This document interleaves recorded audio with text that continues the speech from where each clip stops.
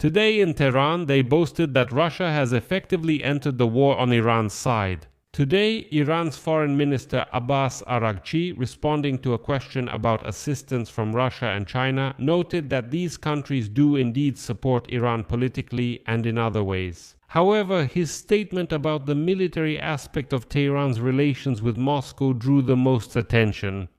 He stated that it is no secret that Moscow supplies Iran with military equipment. He implied that it's not surprising, for example, that fragments of the Russian version of the Shahed drone called Garan-2 are found in the United Arab Emirates, as well as Russian components in Shahed drones. And today, the Washington Post writes that Russia is secretly sharing intelligence with Iran, which helps Iran attack United States forces in the Middle East. In particular, not only military bases, but also military ships and aircraft. And this is really changing the situation in the Middle East right now. My name is Alexei Pechi, let's discuss this topic together. But before we start, I ask you to subscribe to this channel, like this episode, and leave any comment under this video. This really helps a lot with promoting content on YouTube, and I will be very grateful to you for that. Also, subscribe to my Telegram channel Pechi News. The link to it is in the description of this video. There we publish breaking news as it comes in. So, Russia continues to provide military assistance to Iran even after the start of the US-Israeli operation. This was stated by the Iranian Foreign Minister Abbas Araghchi.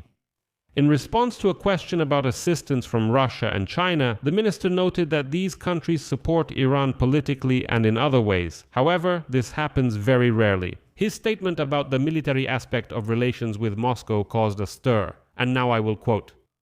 Military cooperation between Iran and Russia is not a secret. We have worked with each other in the past. This continues and I think will continue. At the same time, when asked a clarifying question about whether Russia is actively providing assistance right now during the war, the head of Iran's foreign ministry gave an evasive answer. Quote, They always... I'm not going to disclose the details of our cooperation with other countries right in the middle of the war. And let me remind you, it was thanks to Iran that Russia received the Shahed kamikaze drones, which it actively uses to strike Ukraine's civilian infrastructure.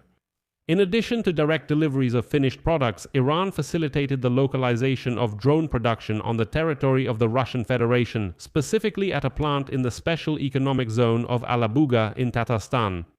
In addition, fragments of drones with Russian markings were recently found in the United Arab Emirates. While repelling a large-scale Iranian attack on Dubai, local air defense systems shot down Geran-2 type drones. Fragments of a drone with the distinctive Geran-2 markings were found near the strategically important Jebel Ali port. In recent days, the Emirates have been subjected to an unprecedented aerial attack. In particular, official sources confirmed the interception of hundreds of missiles and drones. Debris from enemy targets fell directly in residential areas of Dubai, damaging homes, hotels, and dozens of private cars.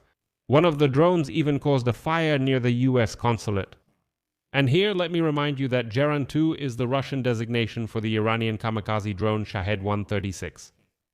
By 2026, the device underwent a major overhaul and modernization at the facilities in Alabuga, Tatarstan, becoming significantly more advanced than the Iranian prototype.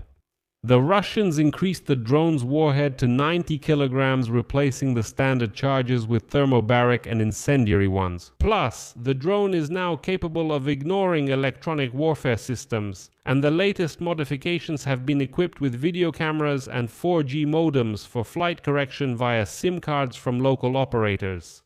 And earlier, let me remind you, Russian components were found in the wreckage of the Shahed drone. Later, the Washington Post reported that Russia is secretly passing intelligence data to Iran, which helps it attack United States forces in the Middle East. Sources told the publication that Russia is passing information about the locations of US military facilities, specifically military ships and aircraft. It is still unclear how extensive Russia's assistance to Iran is in targeting, as well as Iran's own capabilities in detecting American forces. According to many officials, within less than a week of fighting, these capabilities were partially weakened. According to analysts, the transfer of intelligence from Russia may explain the accuracy of Iranian strikes on US targets, particularly on command systems, radars, and temporary military facilities. And recently, a strike was also carried out on the CIA station at the US Embassy in Riyadh. And now experts explain that Iran is striking very precisely at early warning radars and long-range radar surveillance systems. At the same time, Tehran does not have its own satellite network, so satellites are extremely valuable for them. Iran's retaliatory strikes demonstrate a high level of technological sophistication.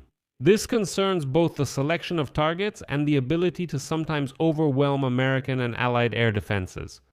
Moreover, Iranian missiles and drones are increasingly breaking through air defense systems, and the quality of the attacks clearly exceeds the level seen during last year's 12-day war with Israel. But here's an interesting point. Bloomberg reported that Putin knew about the plans for the Israeli and US operation in Iran, but did nothing to help his ally. According to the publication, Israeli colleagues hinted to Russian officials about the seriousness of their intentions regarding Iran several weeks before the operation. According to media sources, this could explain why Moscow limited itself to verbal criticism and did not take any real steps to protect Tehran. The publication reminds that Russia has limited leverage over the current situation. And although in January 2025 Putin and Iranian President Masoud Pezeshkian signed a strategic cooperation pact in Moscow, it does not contain a mutual defense clause, unlike the agreement with North Korea.